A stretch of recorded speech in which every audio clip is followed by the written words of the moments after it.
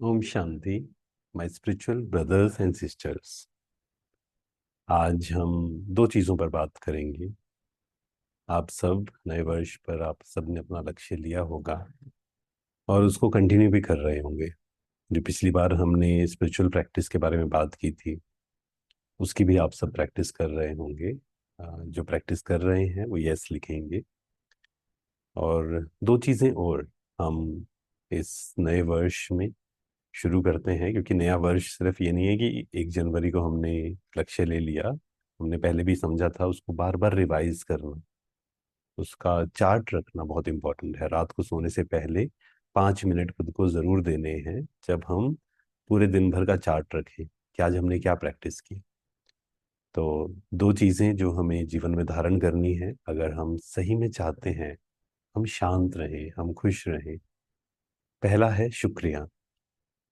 We should be grateful. एक होता है कंप्लेन्स करते रहना, जीवन में कंप्लेनिंग नेचर। आज आप दुनिया में देखिए, ज़्यादातर लोग हमेशा कंप्लेन्स करते रहते हैं। मेरे साथ ऐसा हो गया, मेरे पास ये नहीं है, उसके पास ज़्यादा है ना। कंपैरिजन करते रहते हैं। कंप्लेन्स, कंपैरिजन, कंपटीशन, ये तीनों सी से शुरू होते हैं और तीनों साथ साथ में चलते हैं। तो कंप्लेन्स करते रहना हमेशा कि मेरे पास ये नहीं है, काश मेरे पास ऐसा होता, जब मुझे ये मिल जाएगा तब मैं खुश हो जाऊंगा। अपनी खुशी को फ्यूचर में पोस्टपोन करते रहना। पर खुशी का ग्रेटिट्यूड के साथ बहुत डीप कनेक्शन है। जब हम शुक्रगुजार होते हैं, दिन में कम से कम 50 टाइम्स दिल से शुक्रिया करते हैं, शब्दों से भी शुक्रिया करते हैं, तब आप देखेंगे हमारा जो खुशी का ग्राफ है, खुशी का मीटर है, वो ऊपर बढ़ना शुरू हो जाए। तो हमें शुक्रिया करना है हर दिन। एक प्रैक्टिस नेक्स्ट 1 मंथ के लिए, I am grateful for 3 things. आप सुबह उठते ही इसको कर सकते हैं, या दिन में कोई भी समय निश्चित कर लीजिए। डायरी पेन लेकर, I am grateful for 3 things. किन किन चीजों के लिए आप ग्रेटफुल हैं, ग्रेटिट्यूड है आपके अंदर। दूसरा है फॉरगिव, माफ करना।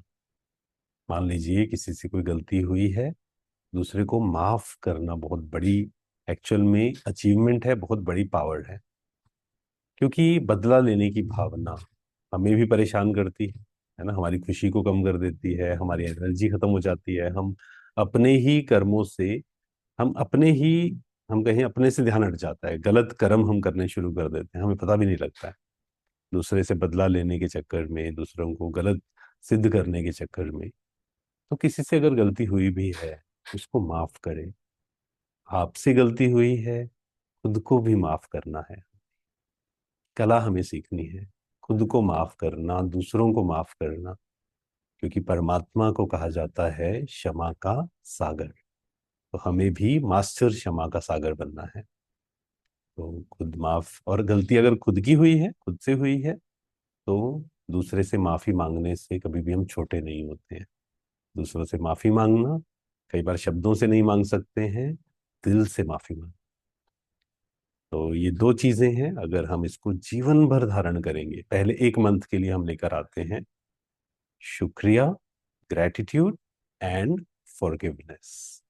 और फॉरगिवनेस करने का मतलब क्या है? जब हम ये समझ जाते हैं कि कोई भी व्यक्ति, किसी के भी कोई संस्कार हैं, वो टेम्परेरी है, कभी भी चेंज हो सकते हैं। और एक बात हम पक्की कर ले, कई बार हम किसी व्यक्ति के लिए ऐसा बोल देते हैं कि ये जो इसके संस्कार है ना, कभी चेंज नहीं होंगे, ये तो कभी बदल ही नहीं सकता है। लेकिन परमात्मा कहते हैं सबके प्रति शुभ भावना रखनी है। कोई भी आत्मा कभी भी चेंज हो सकती है, कोई भी आत्मा अपने संस्कारों को परिवर्तन कर सकती है, जब उसको सेल्फ रियलाइजेशन होता है, प्लस जब हमारी शुभ भावना उस आत्मा के प्रति होती है। तो हमें भी उस आत्मा के प्रति नेगेटिव वाइब्रेशंस नहीं भेजने कि ये बदलेगा या नहीं बदलेगा, ये बदलेगी या नहीं बदलेगी। नहीं, हर व्यक्ति के संस्कार चेंज हो सकते हैं, हमें शुभ भावना रखनी है। Thank you so much. ओम शांति। शुक्रिया।